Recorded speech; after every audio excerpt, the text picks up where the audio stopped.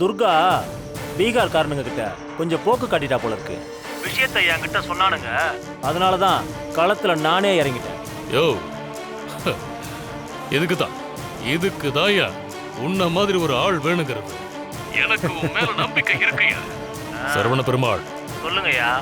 துர்காவை அழிக்க இதை விட ஒரு நல்ல சந்தர்ப்பம் நமக்கு கிடைக்காது.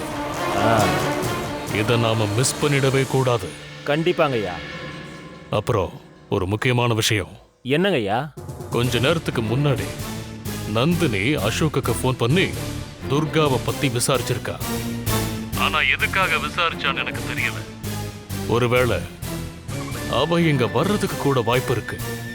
அவ இங்க அந்த துர்காவை காப்பாத்த கூட வரலாம்ல. நந்தினி இங்க வராளா? துர்காவால எனக்கு ஆபத்து இருக்குன்னு சொல்லி அவ என்ன காப்பாத்த வரா போல இருக்கு.